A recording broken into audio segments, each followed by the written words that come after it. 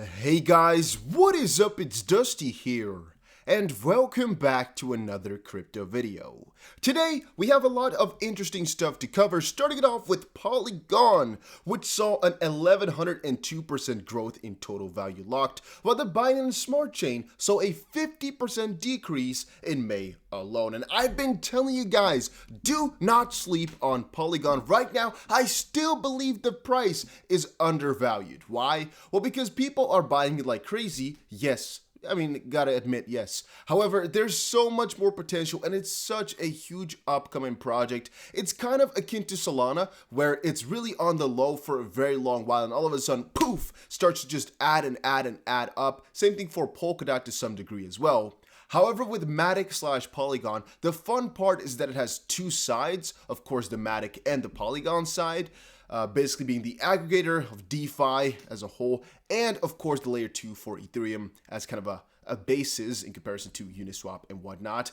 And what I would like to value it is like, it's like you cannot really value it according to any other platforms that's out there because it's different than all of them. Then again, you can also do it because it's kind of akin to, it's really a difficult one to value. But then again, I'm thinking because it's also backed by Coinbase Ventures and so many good other bases, companies in the crypto space, it's just, it's a beautiful one to get into. Then again, BSC, why has it gone down? The Binance Smart Chain, basically BNB, the crypto as well. Well, mostly because this BSC thrives on scam projects and hype projects and pump and dump type of cryptos. If that's not going on, if things are doing bad in the crypto realm, well, then the Binance Smart Chain doesn't really thrive. Ethereum right now is kind of the basis for most platforms out there, just most coins, most tokens, and the Binance Smart Chain right now is the second most used, but mostly for the people who don't have enough money to make an ERC20 or the newer generation type of cryptos. A lot of them are basically scams, as I've told you before. And also that's why I think the total value lock right now, people on there are kind of moving away, because this is the newer layer, the less steady money, less institutional and whatnot, and everything over on Ethereum is a lot more steady. And with Polygon, regarding that, it's mostly just a lot of faith that people have been putting into it, mostly because of all the attention that's been gathering recently. Now, one fun thing is that NFTs are really coming down quite significantly. I think that we all expected this to come at one point or another. 2021, the first half of it, the first couple of months, the first 3 months, let's say, were really amazing for NFTs, really ridiculous. And I told you guys as well, it's a hype, it's a craze, and NFTs on their own are really useful, but the way that people were valuing them and how the way it was going was just insane. It was definitely too much. And I personally told you as well, I don't think buying NFTs is a really smart idea unless you're buying an NFT with some real use, like for example, a domain, like Unstoppable Domains, of which maybe there's a link down below. I'm not exactly sure about that anymore. But those ones, I would say, thumbs up. However, an NFT like a collector's item from a random creator that nobody knows about, just some miscellaneous piece of art, you could just buy it for the fun and giggles, but don't expect the price to go up, right? It's just a hype. A lot of those things are worth almost nothing. Same thing for tweets, same thing for all those things. It's like, it will only do good if there's a hype surrounding it. Otherwise, you're basically buying almost nothing. And that also is kind of funny because we said the same thing about DeFi, where it's like DeFi right now, this is a couple months ago or maybe a couple years ago already when it was starting out basically. DeFi right now is a phase. It's like it will go up like crazy in terms of popularity, then down for a little while, and then come back up harder. Same thing with NFTs though, right? Same thing for NFTs. And it basically did that a couple months ago. DeFi was really kind of low. I'm talking about maybe like a year ago or so. DeFi was kind of low. And right now it is booming like crazy, mostly due to monetary policy, obviously, and the capital gains tax that Biden has been proposing. I tweeted out a little bit earlier, people are raising out of the US dollar. The banking system isn't as trusted as it used to be. Monetary policy is one of the most interesting dilemmas of our age. If you don't know what this is about, it's basically the money supply and how they work it as a government, exactly what you're going to do with the money supply that's falling under monetary policy. So if you're going to inflate, basically, get more money in there or take more money out, but mostly just money in, that's all, towards this. It's one of the most interesting dilemmas because, well, monetary policy, you have monetary and fiscal policy. Monetary policy is really a easy way to help the economy recover. Then again, it's also an easy one to kind of wreck it all the way because you're on two sides. First of all, you're giving people money to spend, and so you're keeping the economy rolling, right? Then again, you're devaluing people's money so much where since their money is worth less, in the end, you might get into a lower equilibrium, even though in your calculations, it doesn't look that way. And that's the most fun part, specifically because people used to always accept it because it didn't really have a way out. But now that they do, for example, cryptocurrencies are a really easy alternative. Eventually, they'll most likely find a different way too. But gold, of course, and Bitcoin now, big one. Or, of course, DeFi, which gets you a better yield than in the banking system, which, of course, accounts for all of it. Things might be changing, and they might have to change their decisions as well as DeFi gets bigger and bigger and bigger. I mean, the total value locked up in there is now getting to really, really interesting numbers. And as time moves on here, those values will be ridiculous how much money is locked up in DeFi. Cardano, total staking addresses surpass 600,000 milestone. Just a quick little mention of that. Not exactly sure if this is nice to hear or whatever. I mean, in the end of things, the numbers don't actually matter that much. It's about the amount of money locked up in it, not the amount of addresses.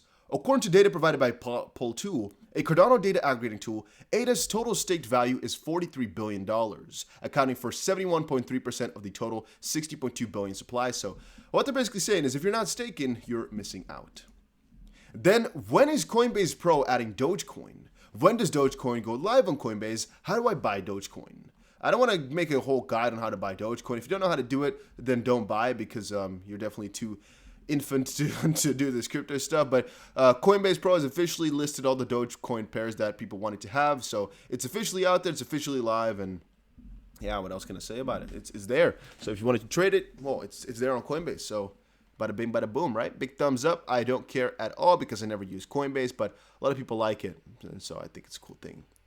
Then Leaker. This is, take this article with a really big grain of salt, a really big one. It's just something I found on the internet. Can be fake news, can be a April Fool's joke at really weird timing. I have no idea. All right, this is just for fun. So don't think this is misinformation. It's just fun. I have no idea about the legitimacy of this, but I thought, you know what, let me quickly share it because it's fun. All right, entertainment purposes only. Fun. Let me quickly readdress that. Not financial advice in this video whatsoever, but this article specifically is just for fun. Leaker claims GTA 6 will have Bitcoin currency and stock market will return. Popular gaming leaker Tom Henderson has claimed that GTA 6 will have an in-game Bitcoin currency. The YouTuber reported that the upcoming Rockstar title will integrate cryptocurrency into its returning stock market feature, which is interesting, not confirmed. Let me quickly say that once more so people don't get the wrong idea. It's just something fun I saw, and I want to really make it clear, not confirmed, because people sometimes go really ape monkey on me in the chat box saying, Dusty, you're saying fake news, you're spreading the lies, blah, blah, blah. Just something I found. Whew, okay, got myself out of the out of the pit there. Binance Launchpool hosts ATA token launch and $2.4 million raise for Automa network. There's one thing I want to say about this. This specific host or whatever they did here to launch, I have no idea about what it is, right? So don't think it's a promotional post. I don't give a crap about what this is. All I want to say here is do take a look at these types of launch pools, all right? If Binance is a launch pool, very often those coins or projects or whatever do quite properly over a short term whenever they do, fix themselves, because if Binance launches them, there's interest and it's going to get listed on there. So make sure you understand that a lot of those projects which are launched through them are already overpriced when you buy it, yes, but do good over the term. So, just mind you. And then there was an article here, 5 crypto to buy as crypto prices start recovery. Bitcoin, obviously, if you want to be safe, I guess, yeah, that's the most logical one. It, means the one that stays the most stable. So, okay. Ethereum, I would say, is a good one because it's going to be around for a very long while. Ethereum 2.0 coming up. It's not going anywhere for a pretty good while. People say Cardano this, Polkadot that. All those platforms can beat it. They're not going to beat it for a pretty good while if you were to ask me. And I would also say things like Matic, layer 2 solutions for Ethereum, fixing their problem. They're making it so Ethereum has more room to stay. Uniswap, I would say Uniswap is definitely good as times go better. Again, people start to go from the big caps to the medium caps to the lower caps. As people go from medium caps to low caps, a lot of people are going to be buying them on Uniswap and PancakeSwap. Uniswap, of course, being the bigger one for the Ethereum, obviously for the a little bit more solid projects like the medium caps as well. Of course, it's going to prosper then as that goes well. Chainlink, as DeFi gets bigger, people, of course, need those oracles, right? People need to know the rates and whatnot in the real world. Chainlink is there for that. As Chainlink 2.0 has come up a couple of months earlier, it was announced. What exactly is changing? It's really difficult. Chainlink 2.0, I did a lot of research, right? I did my best. It's actually pretty difficult to understand exactly what all the proposed changes are, as it was a little bit of a private... It was a little bit of a strange way they announced it. Normally, when these 2.0 things come up, they really make a big deal out of it. With Chainlink 2.0, was like, oh, we're going to launch 2.0. Here we go. All right, here you go. And it wasn't really as specific as most other platforms have it. So I'm a little bit in the dark with what exactly 2.0 is going to have in the real depths. I'm gonna read myself into it once more though, guys. I already did that, but still I've forgotten, I guess, a little bit about what Chainlink 2.0 is gonna do. So I'm not too sure. Then again, I am excited because the Oracle feature on its own is always going to be a necessity. And then Litecoin, no, garbage, piece of crap. Is Litecoin good? No. Is it useful? No. There's no good feature for Litecoin except for that it's a little bit better than Bitcoin. That's all. That's literally all to it. I can't name one advantage of Litecoin over anything else except for the fact that it's just a little bit better than Bitcoin. It's also proof of work. It's not good, but it's a little bit better than Bitcoin, which that's all I can say about it. Would I buy that? No. Can it go up in value? Obviously, yes. It can definitely do that, but I'm not a big Litecoin fan, so let that be heard. Let that be heard. Then again, you guys most likely know my picks by now. If you have any crypto you'd like me to cover next, let me know in the comments section down below. There's a video on VeChain coming up because you guys have been requesting that like crazy. There's also been Stellar, you guys requested, ADA, you guys requested, and I think that's the main cryptos you guys were asking for. VeChain was really by far the most requested. So a video on that one is coming up tomorrow. Stay tuned, and I'll see you guys again in another crypto video soon.